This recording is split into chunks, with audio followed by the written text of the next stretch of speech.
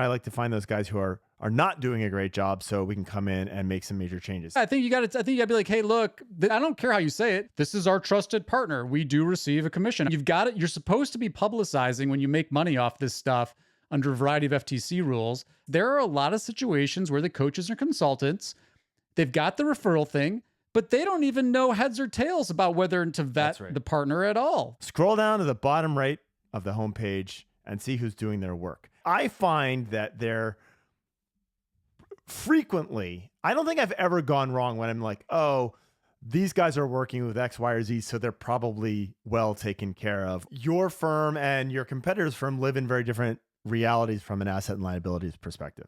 At the end of the day, if you're getting the result, you're hitting the objective, and you're informed about it. Backus Shanker, from my understanding, is a fairly big brand advertiser, offline advertiser in the Denver market. And yet they're using a domain, also a .net domain, which I don't super love. I don't care about prettiness, honestly. Okay. I'm like, do I think this is going to convert or not? If you're using one of these widgets, it's great, but make it on demand. The user has to click on something to make it come up, not popping up out of nowhere and blocking out the entire screen. If you take a moment to think about it, that includes blocking out the phone number while you are holding a phone wanting to talk to this firm. 827 pages isn't a massive site, but it is by no means a small site. So it was 827 pages before. 591 pages of those 827 are in their blog, which suggests to me that there is a bunch of useless content. Most of those blogs are not generating any traffic.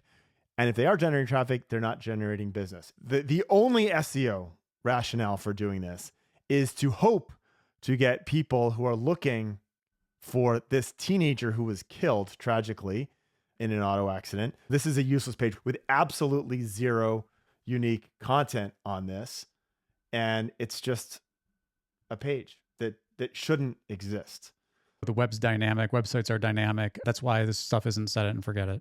Yeah, absolutely. It's gardening. Interestingly, on the H1 side of things, they actually have two H1s on their homepage, one of which is blank.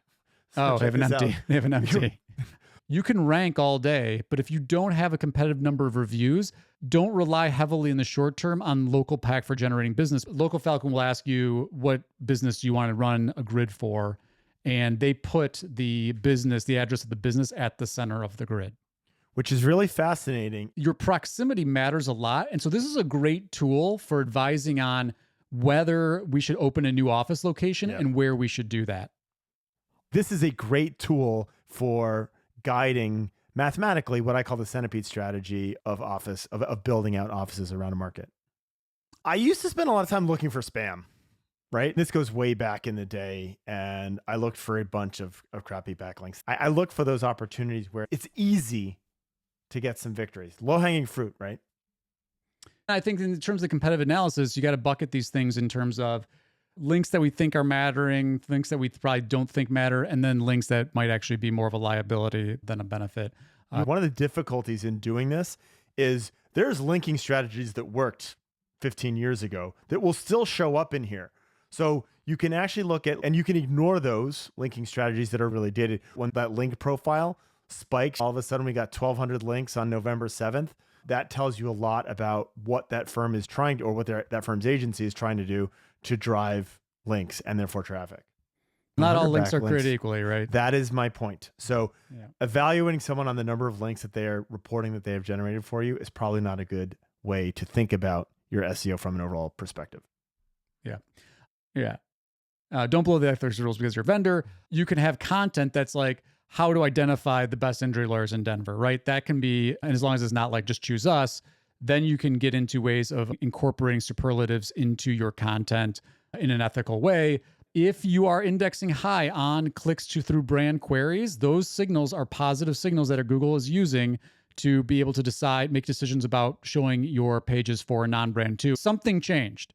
How did they go from averaging 11,000, 4,000 to 15 views? What happened? They're only going to audit like 2% of them, but the people that they catch, they're going to hit pretty hard.